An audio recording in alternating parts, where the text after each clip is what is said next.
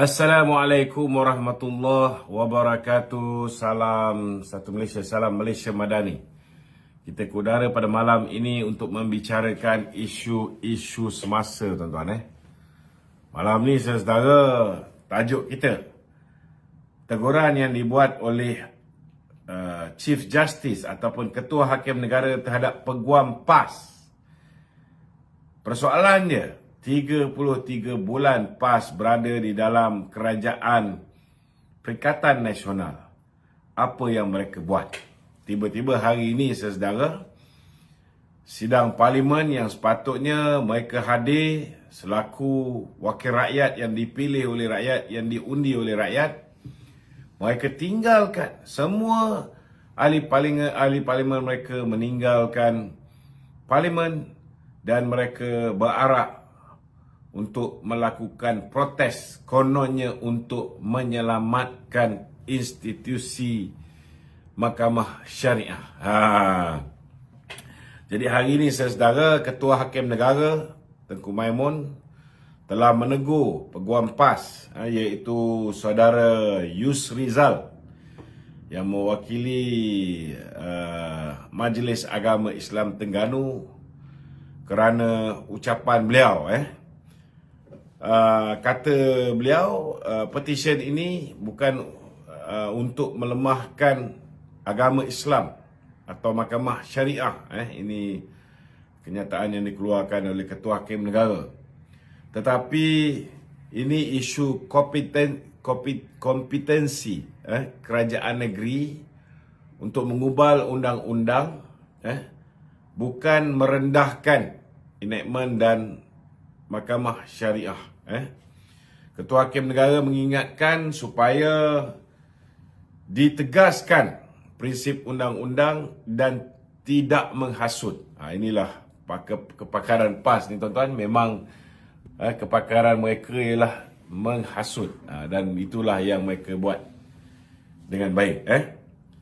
Isunya sama ada Don Kelantan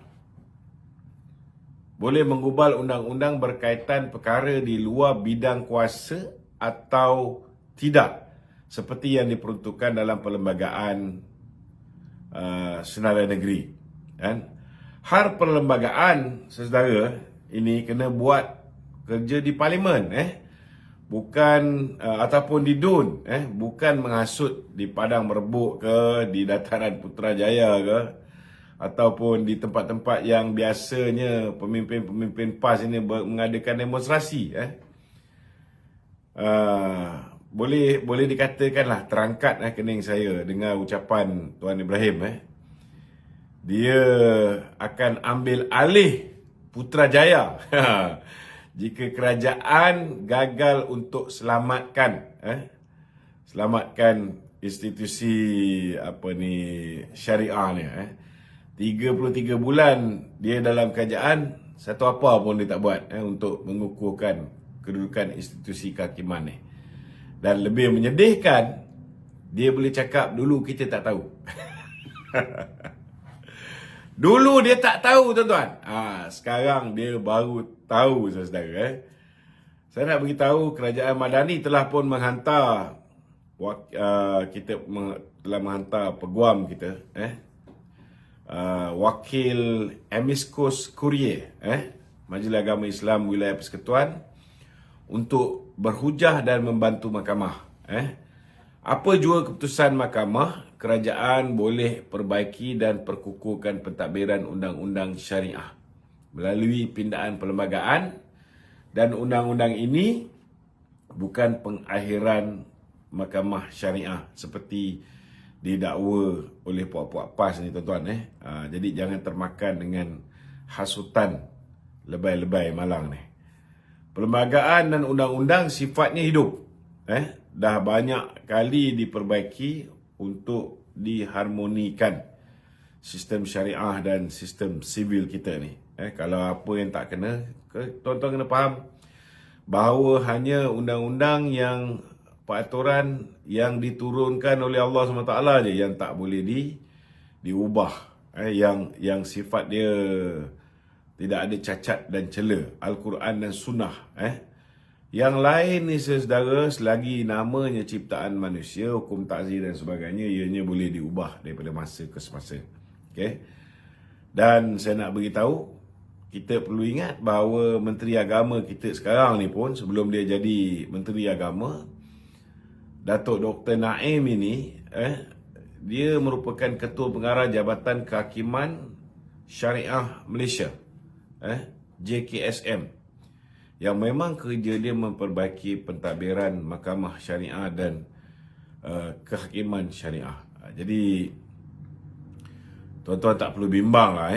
Saya nak beritahu, selagi UMNO berada di dalam kerajaan perpaduan ini, UMNO lah yang mengangkat agama Islam sebagai agama persekutuan. Kedudukan Hak Istimewa Melayu pun UMNO yang letak dalam perlembagaan. Kedudukan Raja-Raja Melayu, kedudukan bahasa Melayu sebagai bahasa kebangsaan juga UMNO yang letak di dalam perlembagaan. Selagi kami berada di dalam kerajaan ini, insya-Allah saudara, kan, kerajaan ini akan bela Islam, kerajaan ini akan bela institusi Islam, dan kita akan bela orang Melayu. Itu tak perlu bimbang. Dan jangan lupa Perdana Menteri Malaysia hari ini adalah bekas timbalan Presiden UMNO. Dia jugalah ketika menjadi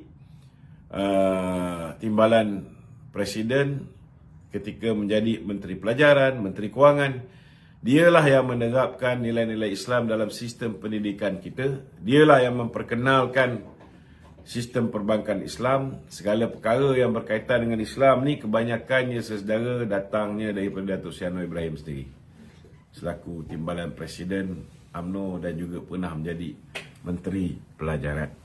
Jadi malam ni kita akan kupas. Mana nombor telefon? Kan? Sekiranya tuan-tuan ada apa-apa yang nak ditanyakan, tuan-tuan boleh tanyakan, tidak ada masalah. Tidak perlu bimbang. Kan? Tidak perlu ragu-ragu. InsyaAllah kita akan berdiskusi. Kalau tuan-tuan nak masuk dalam live di TikTok pun boleh, InsyaAllah kita akan cuba jawab. Silakan. Soalan di studio. Nombor telefon kita 019 019 481 481 9495. 9495. Okey. Saya cabar orang-orang daripada PAS, daripada Bersatu, yang kerja mereka ni hanya setakat level pemaki di dalam TikTok saya ni, kan. Cubalah beranikan diri masuk dalam live saya ni, kita berdiskusi, berbincang secara ilmiah, kan, berwacana, kan. Kalau nak bermaki, saya ada tugaskan seorang pegawai untuk kerja dia blok saja. Jangan bazir masa, kan. Kita tak layan orang yang kurang dari segi kemampuan berfikir ni. Kita layan orang yang nak berhujah secara profesional. InsyaAllah kita akan layan. Okey, silakan. Okey Tok, pada hari ini mahkamah memutuskan isu ni ini perbicaraan ditangguh. Dan saya melihat PAS ni seakan-akan menggunakan isu ni untuk political fame. Sebagai seorang sekarang ni mereka memang tidak ada sebarang isu nak menjatuhkan kerajaan. Hari ini mereka dah gunakan isu 3R, isu 3R pun dah basi. Jadi segala apa yang dia boleh gunakan untuk menunjukkan seolah-olah mereka ni lebih Melayu daripada kita, seolah-olah mereka ni lebih Islam daripada kita, sedangkan bila mereka 33 bulan menjadi kerajaan, ada kita tengok apa ni, rang undang-undang RUU 355 dibentangkan semula atau nak dilaksanakan, tak ada, kan. Ada kita tengok hudud nak dilaksanakan oleh puak-puak ni, tak ada, kan. Jadi dari situ sendiri pun kita boleh tahu bahawa mereka ni hanya menunggang isu agama, isu bangsa, dan ada kalanya mereka menunggang isu raja. Walaupun mereka pada hakikatnya antara yang paling kurang ajar dan biadab pada kebawah-duli tuanku-tuanku yang ada dalam negara kita, kan. Jadi saya harap rakyat ni kena cerdik. Jangan biarkan terus diperbodohkan dengan isu-isu yang bak kata orang tu yang nampak sangat bahawa mereka ni mengamalkan politik perkauman sempit, dan menunggang agama. Okey? Begitu. Ya. Saya tak menyangkal apabila PAS menggunakan naratif ni sebagai mereka punya political fame, ianya sedikit sebanyak dapat menghasut kalangan rakyat di mana orang tua macam Tengok mak kita, bapak. kita punya Apa tu? kita punya TikTok. TikTok ni asyik kena block ya. Aku tak faham lah. Bagus tutup je TikTok ni. Kita tak ada cerita apa-apa pun yang menyebabkan dia orang nak block. Dah kena ni ban. dah Okey, kena kita flag. continue dekat Facebook Okey, tak apa. Tapi kita masih berjalan ni. Berjalan Ha. Okey, soalan saya tu Saya tak menyangkal perkara yang dimainkan ni, naratif yang dimainkan oleh PAS ni sedikit sebanyak adanya bakal mengganggu gugat ketenteraman di kalangan rakyat tu. Mungkin rakyat akan rasa risau dan sebagainya. Komen sikit tu. Tak, memang apa yang dimainkan ini menimbulkan kerisauan. Itu sebab posting-posting daripada puak-puak Perikatan Nasional ni, yang mana boleh menyebabkan orang panik, yang mana boleh menyebabkan orang gundah gulana, kan? Boleh menyebabkan orang hilang kepercayaan kepada kerajaan. Kalau orang percaya dengan posting-posting PAS ni, seolah-olah macam kerajaan hari ini tidak membela nasib sistem kehakiman syariah kita dan sebagainya, maka orang akan terpedaya dan akhirnya memusuhi kerajaan.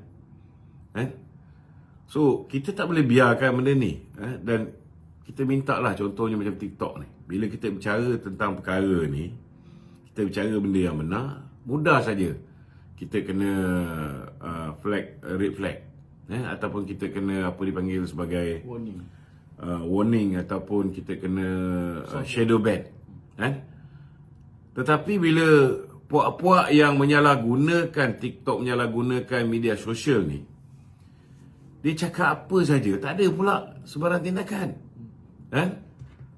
So benda ni perlu dikaji lah. Itu sebabnya saya memberi sokongan.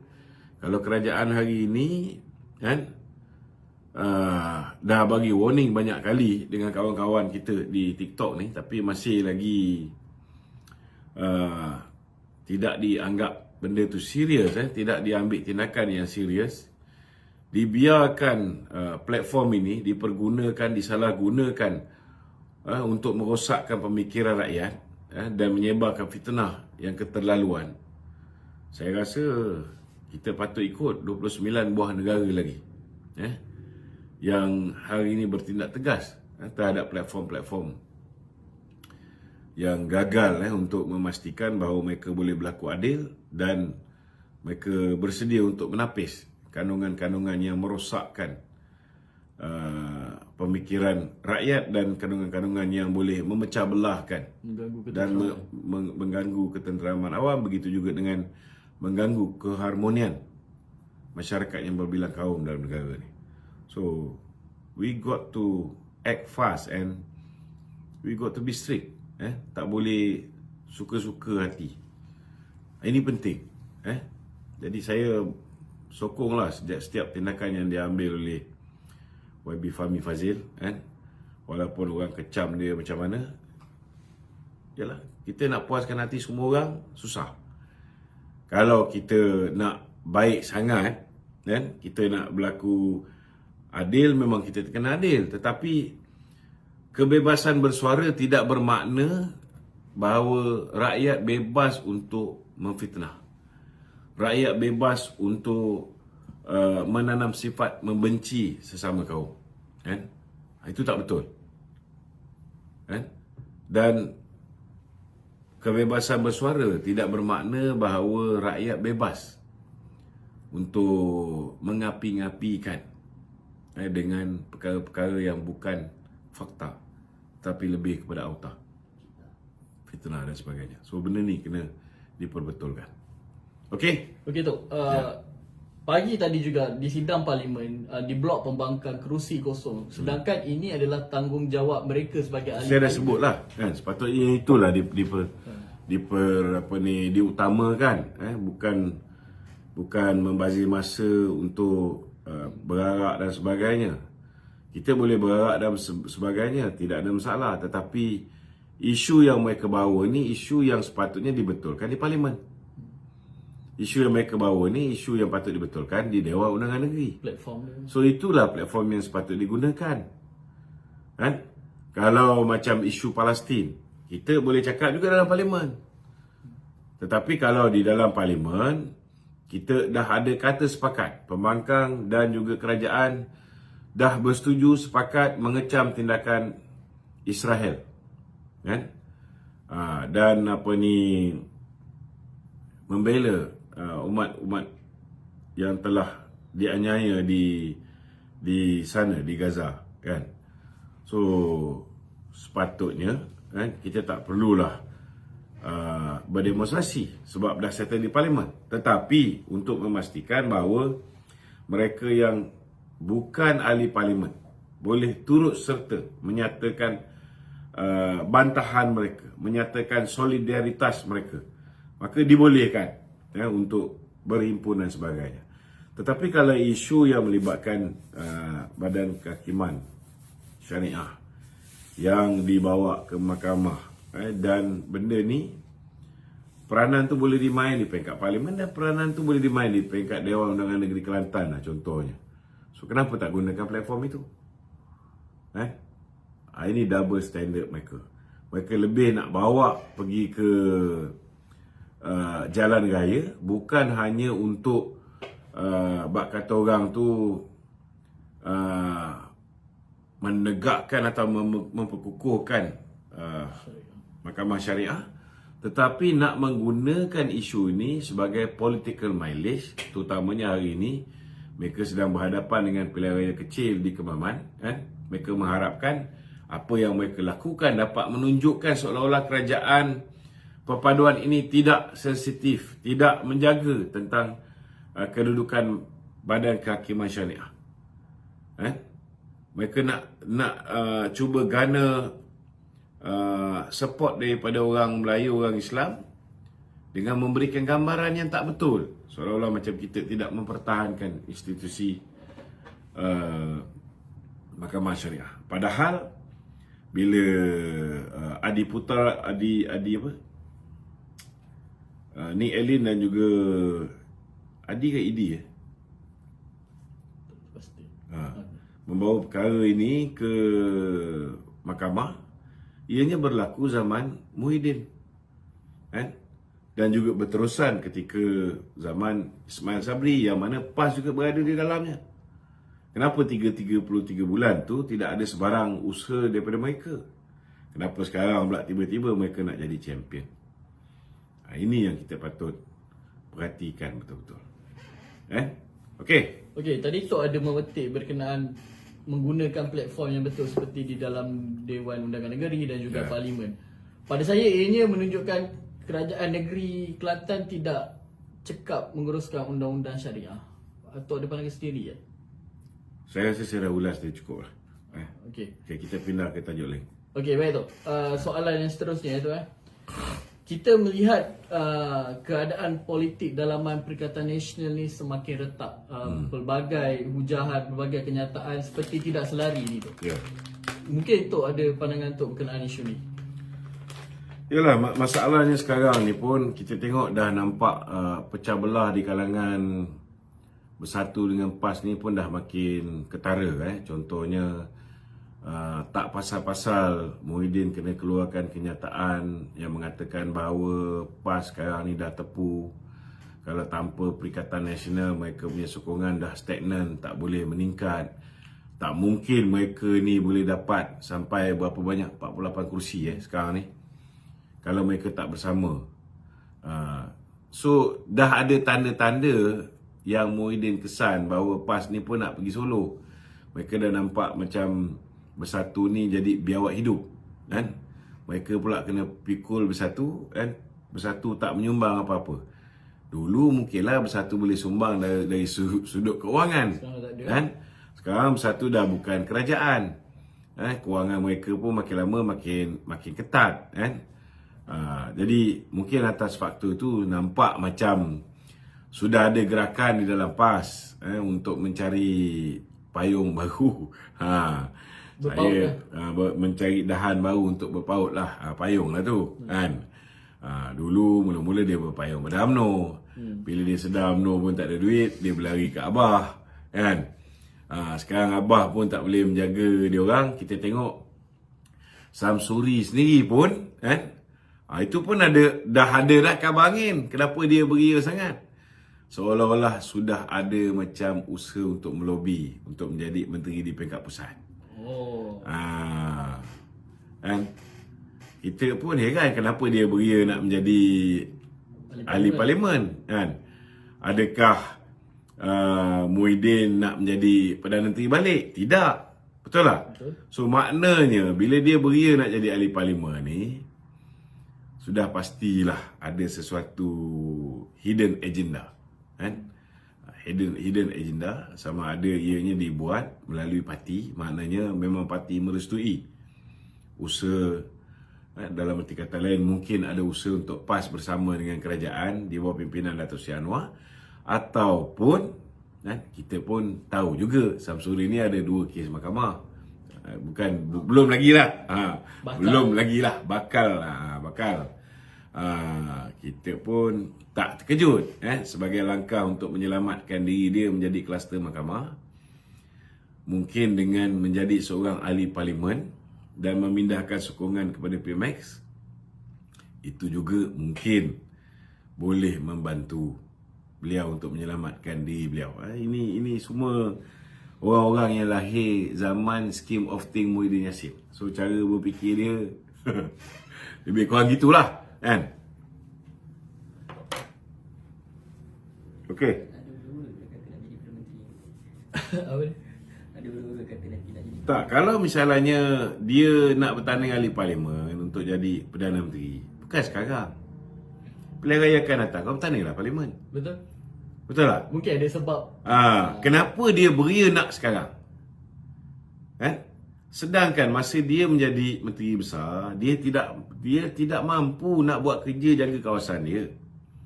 Dia jadi menteri besar pun, memang betul lah kadar hutang memanglah puak-puak PAS mendabik dada, mengatakan dia mengurangkan hutang negeri Terengganu. Memanglah, tapi sebab royalti minyak yang diberikan oleh pusat. Berapa bilion royalti minyak dia daripada semenjak dia menjadi menteri besar, kan? Bila pembangunan kurang dilakukan di negeri Terengganu, memanglah dia ada duit lebih untuk dia melunaskan pinjaman-pinjaman yang masih daripada 700 lebih juta sekarang ni dia dah lunaskan, dah ada lagi 200 lebih juta, kan? Kalau aku dapat 6-7 bilion macam dia dapat, aku pun boleh bayar benda tu. Dalam masa yang sama kita boleh teruskan dengan projek-projek pembangunan biasa, kan? So kena faham benda tu. Jangan ingat dia terror sangat. Kalau dia tidak dapat duit daripada pusat, daripada kerajaan negeri Terengganu, dia tahu macam mana nak mempelbagaikan sumber hasil kerajaan negeri, kan? Dan akibat daripada mempelbagaikan, dia diversify source of income negeri Terengganu, ianya menambah pertumbuhan ekonomi negeri Terengganu, KDNK Terengganu meningkat berlipat kali ganda, dan itu menyebabkan dia mampu untuk bayar hutang, lain cerita. Tetapi nampak gayanya source of income dia selain daripada royalti minyak ni, lebih kepada menjual tanah-tanah di negeri Terengganu. Dan itu pun tak menguntungkan, kerana yang untung bila dia jual tanah ialah kroni-kroni PAS. Pembeli. Puak-puak PAS, bini dia punya NGO, yang membeli tanah-tanah yang dia lelong dia jual pada harga yang luar biasa murah ni. Tanah yang dia bagi pada Khairunisa tu, nilai 29.3 juta ringgit, jual dengan harga 500 ribu ringgit. Bila-bila masa kalau dia jual ikut market value, dia boleh untung hampir 60 kali ganda. Di mana datang logiknya? Okey, Tok, saya tertarik bila Tok cakap yang Samsuri ni tertarik untuk bertanding di parlimen dan sebagainya. Mungkin ada cita-cita berjawatan menteri penuh. Tapi dulu PMX pernah menyatakan dengan terbuka dia akan menerima PAS di dalam kerajaan perpaduan. Pada pandangan Tok sebagai seorang ahli UMNO, kan, apakah perlu atau tak? Kalau perlu, apa sebabnya? Kalau tak, apa sebabnya? bagi saya sekarang ni kerajaan hari ni sudah cukup kukuh. Bagi saya kita tak perlu satu parti komponen baru untuk menyertai kerajaan. Tetapi PMX dia ada pemikiran dia sendiri. Dia ada benda yang mungkin kita tak tahu. Jadi kita serahkan kepada budi bicara PMX. Kalau nak ikutkan ahli-ahli parlimen yang 4 orang ni bagi sokongan pun kita pun rasa tak perlu. Tetapi sudah pasti ada asas-asas. Sudah pasti ada maklumat-maklumat yang biasa diterima oleh Perdana Menteri yang kita rakyat biasa tak boleh terima. Kita rakyat biasa tak tahu. Kita rasa mungkin tidak ada sebarang usaha untuk menumbangkan kerajaan. Tetapi daripada maklumat risikan oleh pihak polis, MIO, oleh jentera-jentera agensi kerajaan yang lain, kemungkinan besar maklumat yang PM terima berbeza daripada maklumat yang kita ada. So mungkin PM melakukan penerimaan sokongan ini berdasarkan maklumat-maklumat tambahan yang diterima tu. Ini kita kena faham. Okey, tapi tu pada pandangan saya lah, kalaulah PAS ni menyertai kerajaan perpaduan, sedikit sebanyak ada nilai tambah untuk kita mengembalikan sokongan orang Melayu terhadap kerajaan perpaduan tu.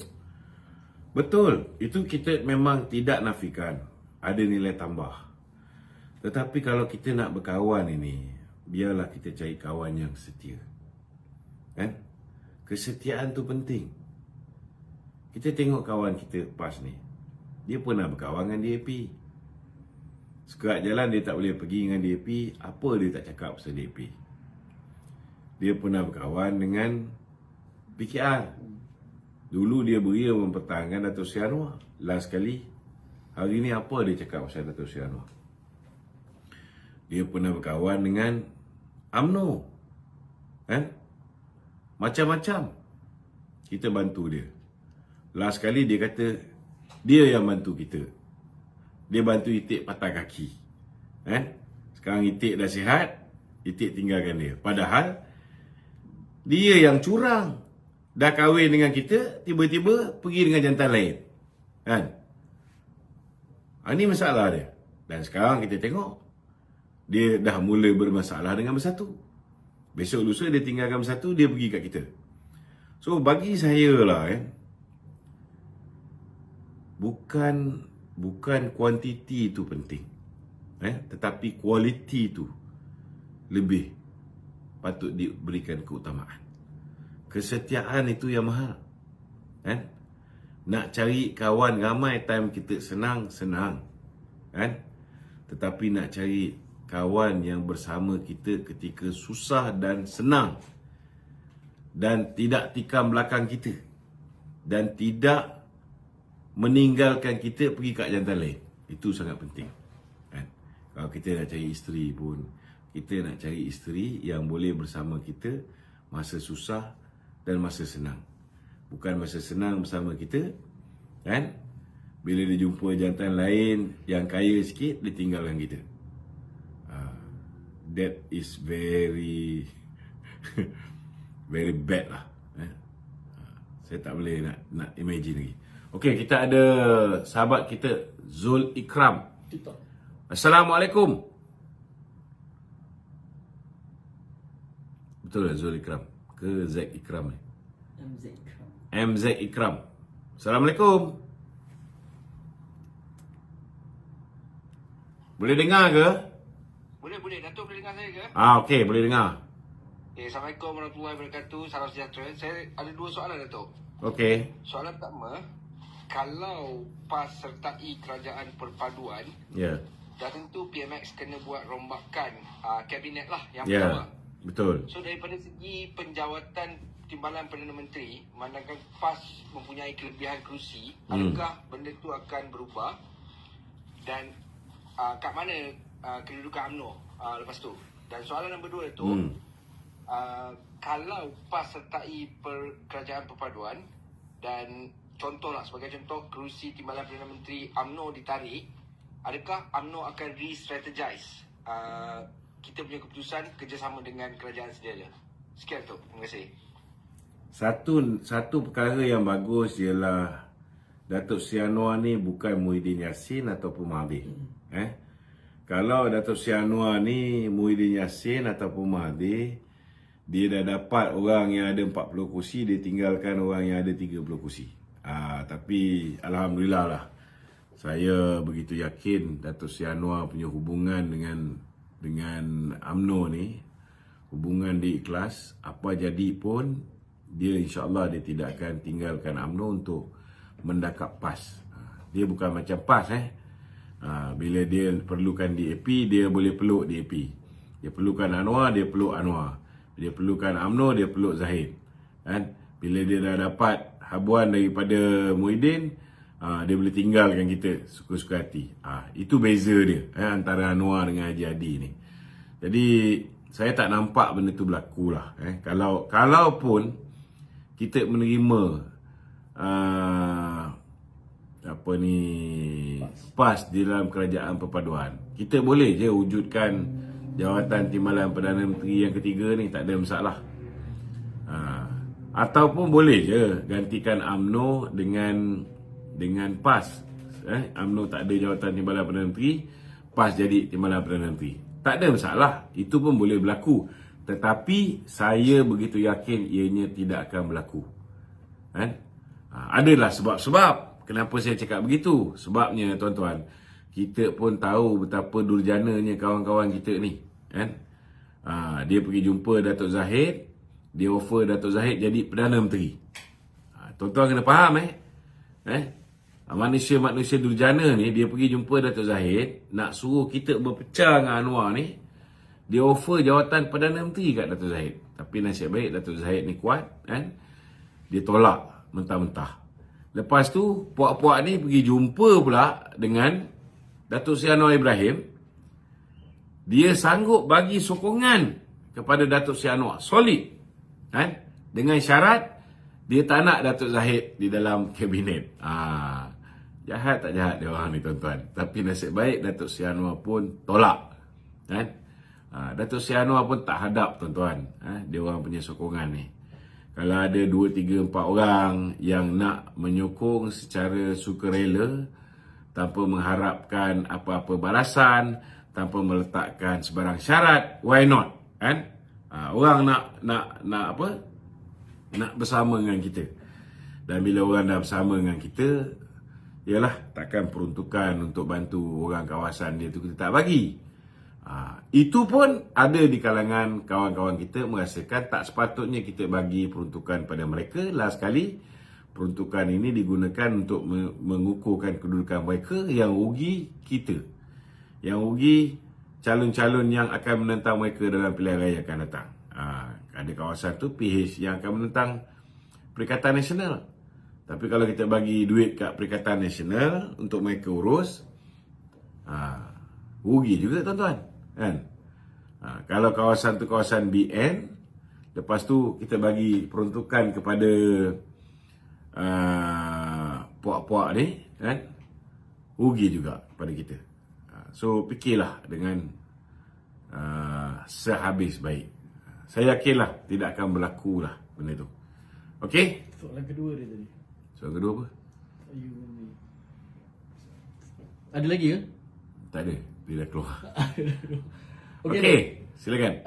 saya tertarik bila ada kita punya viewers kita cakap berkenaan dengan jawatan Timbalan Perdana Menteri ketiga. Situasi sekarang Kita ni sebut Timbalan Perdana Menteri 3 tu saya sebut. Datuk sebut. Sekarang ni pembubaran bukan pembubaran lah, kita boleh katakan rombakan kabinet belum berlaku. Adakah PMX ni menunggu masa yang sesuai? Mungkin ada sokongan daripada parti komponen lain ke dan sebagainya tu? Saya tak nampak beliau menunggu sokongan daripada parti komponen lain. Saya tak nampak. Saya nampak sekarang ni fokus dia sekarang ni nampak lebih kepada dia nak pastikan bahawa usaha untuk membantu umat Islam di Palestin ni betul-betul berjaya. Ini saya nampaklah yang dia turun pergi ke setiap negara dan cuba meyakinkan ketua-ketua negara lain untuk support Palestin dan menghentikan pembunuhan, ethnic cleansing, genocide di di Palestin oleh puak-puak Israel saya nampak lebih kepada itu. Keduanya dalam usaha untuk mengukuhkan kedudukan ekonomi negara, beliau fokus dalam usaha untuk membawa pelabur-pelabur masuk ke Malaysia. So itu lebih utama, mengukuhkan balik nilai ringgit. Bila pelabur masuk, nilai ringgit akan bertambah baik, kerana demand for ringgit akan meningkat bila masa kawan-kawan kita daripada luar negara ni bawa duit mereka kena tukar kepada ringgit Malaysia supaya mereka boleh laburkan di dalam negara ni. So ini akan mengukuhkan kedudukan ringgit. Dan sudah pastilah antara benda yang menjadi fokus dia dalam soal keterjaminan makanan, dalam soal harga barang, memastikan kadar inflasi terus menurun. Sekarang berada dalam keadaan yang sangat baik, 1.9% saja, Dan kita juga dalam usaha untuk memastikan kadar defisit kita daripada tahun demi tahun akan menyusut sehingga kita ada surplus budget. Ini saya nampak ini lebih fokus Datuk Seri Anwar lah. Itu sebab beliau tak berapa ni. Kalaulah adalah pengisian 1-2 kursi menteri mungkin berlaku. Mungkin berlaku. Kalau nak berlaku sebelum, maknanya kalau nak berlaku dalam bulan Disember ni ke, mungkin hanya beberapa orang menteri masuk kabinet. Tidak rombakan besar. Kalau nak berlaku rombakan besar berdasarkan prestasi menteri-menteri yang sedia ada, saya nampak ianya mungkin akan berlaku bila Baginda Tuanku Sultan Johor ditabalkan sebagai Yang Tuan Agung yang baru pada 31 Januari 2024. Sebab sudah pastilah bila kita ada Agung baru, sudah pasti Baginda pun mahu barisan kabinet yang Baginda restui. So buat apa nak buat sekarang? Bukan pasal nak tunggu PAS masuk dalam kerajaan ni, tidak. Tidak. Okey? Okey tu, ada kejutan berita daripada utara tu Ya. Bekas CEO MBI Kedah dan juga bekas Setpol Menteri Besar Kedah juga didakwa dalam kes rasuah. Kau terkejut? Agak terkejut lah. Masya Allah, kita dah lama tahu dia orang ni memang penyamun. Kau baru tahu? Sebab kita terpalit ataupun kita dah lama tahu. Kita dah lama tahu chairman apa tu? MBI tu pun dah kena tangkap dulu, Setpol ni ada kena tangkap sebelum ni? Tak ada kan? Ada. Yang perempuan tu kan? Ini yang lelaki. Yang apa ni, siapa nama tu? CEO kepada syarikat tu. Siapa nama? Sekejap. Linda apa? Linda Betul. Dia yang kena tangkap. So memanglah kita tahu, kalau tidak ada maklumat-maklumat yang mencukupi, takkan SPRM tangkap. Betul tak? Bila SPRM tangkap tu maknanya maklumat tu overwhelming tentang aktiviti kecurian RI, dan kemudian rasuah yang diterima oleh Setpol tu pula bukan setakat di dalam negara. Rasuah tu diterima ketika berada di Hat Nyai. Oh, seronok betul. Sampai ke Hat Nyai. Kau ingat apa? Kau terima duit dekat Hat Nyai, kau takkan kena dakwa kat Malaysia. Itu sebab kajilah undang-undang tu dulu. Jangan fikir dia boleh buat salah di luar negara, dia tidak boleh didakwa di dalam negara. Selagi dia penjawat awam, dia orang kanan Sanusi, dia masih lagi setiausaha politik Sanusi, dia terima duit dalam negara ke, dia terima duit luar negara ke, dia tetap boleh didakwa. Kas untuk pesakit, apa benda ni? Apa benda ni cakap ni?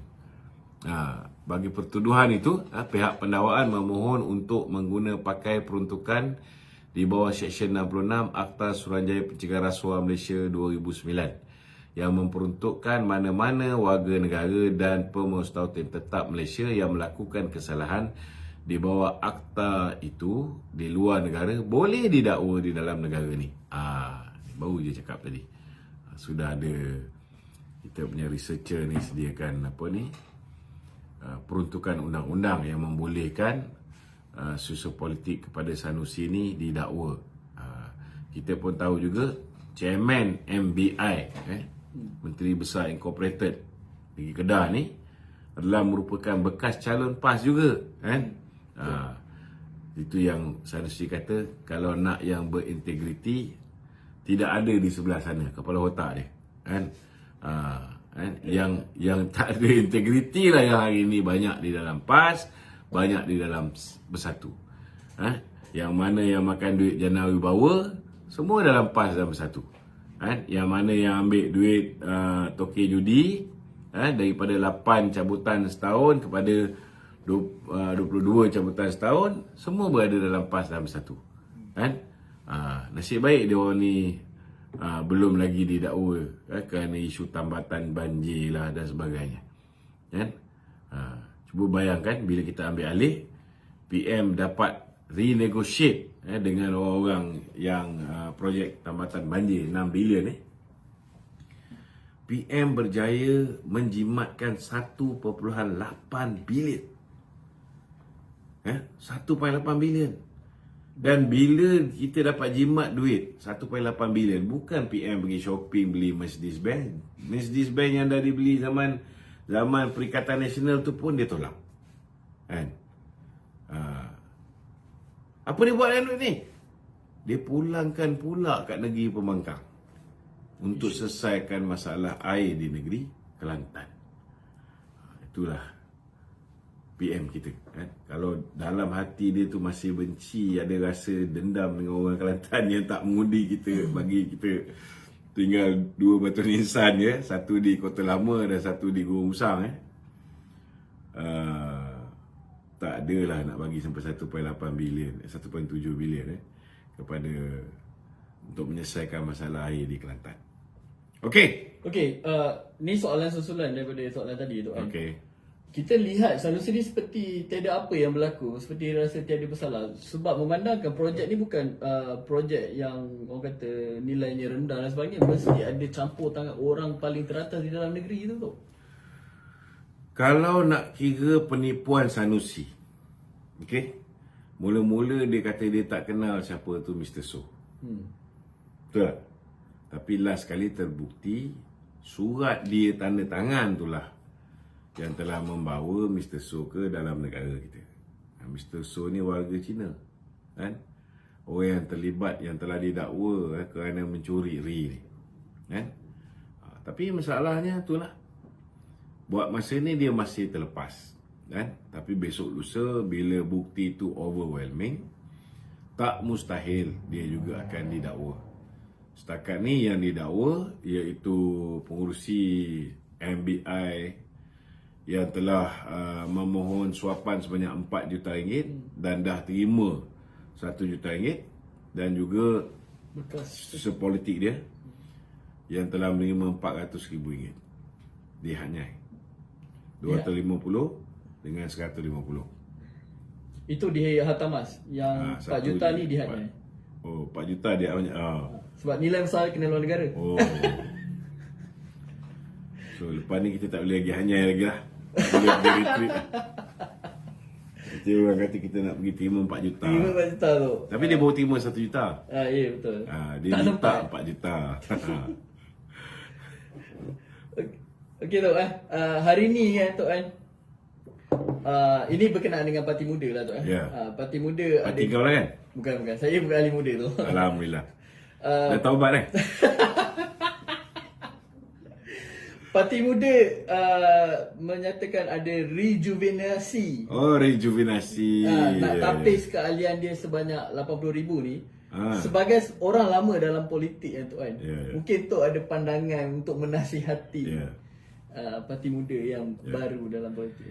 Nasihat saya hari ini kebanyakan daripada ahli-ahli Parti Muda ni terdiri daripada orang-orang muda yang telah diperdaya oleh tokoh ataupun ikon perasuah muda. Jadi hari ni korang dah kenal lah siapa ikon korang. Jadi bukan bererti orang tu pandai bercakap, orang tu bersih. Bukan bererti seseorang itu bukan main lantang dalam soal tata kelola, bukan main lantang dalam soal good governance, bukan main lantang dalam soal transparansi. Itu bermakna bahawa dia benar-benar bersih.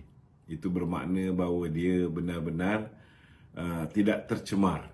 Hari ini telah terbukti bahawa Syed Saddiq dah didapati bersalah oleh Mahkamah Tinggi dan dijatuhkan hukuman 7 tahun penjara, denda 10 juta dan 2 sebatan. 2 sebatan. Sebab mahkamah mendapati bahawa beyond reasonable doubt, dah tak boleh nak dia punya pihak pembela ni tak boleh nak menyangkal bahawa memang duit yang dimiliki oleh Armada Bersatu Enterprise telah masuk ke dalam akaun peribadi Syed Saddiq. Begitu jugalah dengan tuduhan-tuduhan yang berkaitan dengan AMLA dan sebagainya. Jadi bagi saya lah kepada orang yang masih percaya Syed Saddiq ni bersih, saya harap dengan apa yang telah diputuskan oleh mahkamah yang bukan main lagi dulu bila Datuk Seri Najib kena, Syed Saddiq menasihatkan rakyat supaya menghormati mahkamah. Syed Saddiq menasihatkan Datuk Seri Najib supaya menghormati keputusan mahkamah dan sebagainya. Tetapi hari ini bila dia kena bukan main lagi, macam-macam yang dia perkatakan, dia berhadapan dengan pendakwaan terpilih lah, pendakwaan politik lah, pendakwaan berniat jahat lah kan. Saya tak nafikan memang beliau berhadapan dengan pendakwaan terpilih. Dan memang pendakwaan ke atas dia berniat jahat. Tapi siapa yang dakwa? Seperti mana yang Syed Saddiq sendiri yang cakap, bukan saya cakap. Syed Saddiq kata saya didakwa ketika tu di bawah kerajaan Muhyiddin Yassin kerana saya keluar daripada Bersatu dan menyertai Muda, tak ikut Muhyiddin. Dia tuduh Muhyiddin. Tapi hari ni dia masuk, dia dipenjarakan, dia didenda, dia didapati bersalah, dituduh pula PMX. Inilah dia Syed Saddiq, tuan-tuan. Okey. Tok, last soalan last Tok. Berkenaan dengan kenyataan daripada Tuan Guru Hadi Awang. Ya, kenapa? Dia mengeluarkan kenyataan yang menyifatkan pertubuhan OIC ni sebagai OIC. Hanya berdiam diri melihat kekejaman Israel dan sebagainya tu. Haji Hadi cakap. Ya. Saya nak beritahu dengan Haji Hadi yang merupakan seekor katak yang duduk di bawah tempurung. Hari ini bukan setakat negara-negara Islam ni dah banyak berubah. Saya rasa Haji Hadi ni masih duduk dalam gua. Kita tengok Saudi Arabia yang dulu begitu rapat dengan Amerika. Hari ini dia bersama dengan PMX. Muhammad bin Salman bersama dengan PMX mengeluarkan kenyataan-kenyataan yang tegas mempertahankan umat Islam Palestin. Kita lihat OIC mengadakan sidang kemuncak khas untuk membela nasib umat Islam di Palestin, mengecam Israel, mengarahkan mereka, mendesak mereka menghentikan kekejaman dan sebagainya. Apa yang Haji Hadi buat? Ada Haji Hadi bercakap macam PM cakap dekat PBB? Ada? Tak ada. Ketika kau jadi duta ke Timur Tengah pun kau tak pernah pergi Timur Tengah ni. Kau makan gaji buta. Ada Haji Hadi pergi jumpa dengan ketua-ketua negara ASEAN seperti mana Datuk Seri Anwar buat? Ada Haji Hadi bercakap depan Joe Biden dalam sidang kemuncak APEC. Terang-terang depan-depan Biden dia bagi. Ada? Tak ada. Ada Haji Hadi buat perhimpunan kita yang disertai oleh yang disertai oleh Mahathir, disertai oleh Muhyiddin. Haji Adi kenapa tak datang? Kenapa Tuan Ibrahim Tuan Man yang hantar wakil? Kita buat demonstrasi dekat istana Masjid Negara. Ada Haji Adi datang? Tak datang. Kan? So, di mana Haji Adi? Kalau tak larat tu, pencen lah. Tak payah pertahankan kedudukan. Bagi laluan kepada Tuan Ibrahim Tuan Man. Kan? Dan kalau sendiri pun tak cukup buat untuk umat Islam di Palestin, janganlah petikaikan orang lain. Kita tak pernah pun petikaikan PAS. Kan? Walaupun musuh kita, tetapi kita tak pernah pun petikaikan dia kerana kononnya kuranglah membela umat Islam Palestin dan sebagainya, banyak berpura-pura. Tak ada pun kita cakap. Sebab matlamat kita ialah kita nak semua rakyat Malaysia, rakyat seluruh dunia, tak kira parti mana, bangsa apa, agama apa, kita nak semua bersatu menentang kezaliman yang dilakukan kepada tak kira lah bangsa apa sekalipun yang tidak berdosa. Kita tak nak ethnic cleansing. Kita tak nak genocide. Kita tak nak pembunuhan terhadap anak-anak kecil. Kita tak nak pembunuhan kepada wanita-wanita yang tidak bersalah. Kita tak nak pembunuhan kepada orang tua. Kita tak nak pembunuhan terhadap rakyat awam yang bukan tentera dan sebagainya. Perang ni perang dengan tentera lah. Tapi apa yang jadi buat? Kita sepatutnya hari ini bersatu membantu umat Islam di Palestin, bukan menggunakan isu Palestin ni untuk kepentingan politik parti kita. Itu penting. Okey? Okay, Tok, itu saja. Tadi ada orang nak live, tak jadi. Oh, ada yang nak naik? Ni Wan Mah Husin ni sampai. Wan Mah Husin. Assalamualaikum.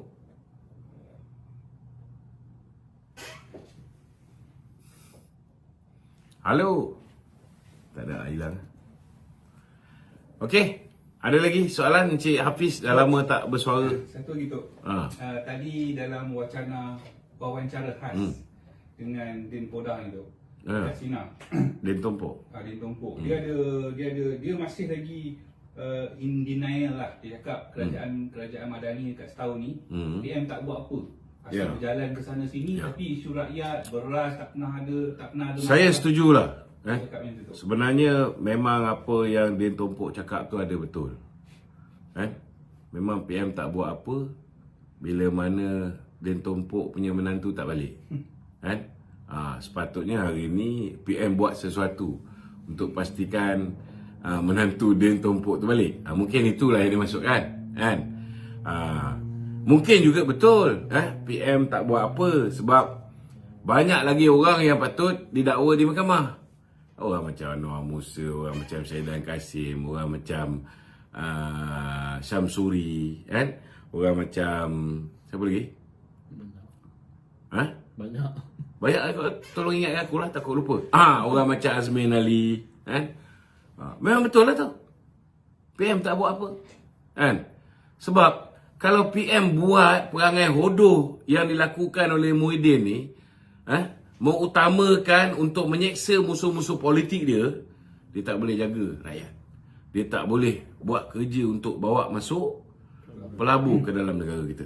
Dia tak boleh buat kerja untuk memastikan nyawa umat Islam di Palestin ni dapat dibela. Dia tak boleh buat kerja untuk mengukuhkan kedudukan ekonomi kita dengan memulihkan hubungan diplomatik yang telah dirosakkan oleh Mahathir. Hubungan dengan India rosak, hubungan dengan China rosak. Kalau PM fikir nak mendera musuh-musuh politik dia ni, memanglah PM tak buat apa. Betul lah. Apa yang Muhyiddin cakap tu betul. Sebab memang banyak benda yang PM belum buat. Sebab PM tahu apa dia nak set as his priority. Kalau nak tanya lah, saya, itu jawapan saya. Okey? Itu saja. Itu saja. Itu saja. Okey, minta tolong share live kita pada malam ni. Ada pula orang nak masuk ni. Gerr. Assalamualaikum. Melayu ke ni? Kita bagi salam je ni. Gri. Assalamualaikum. Okey, minta tolong share live kita pada malam ni. Assalamualaikum warahmatullahi wabarakatuh.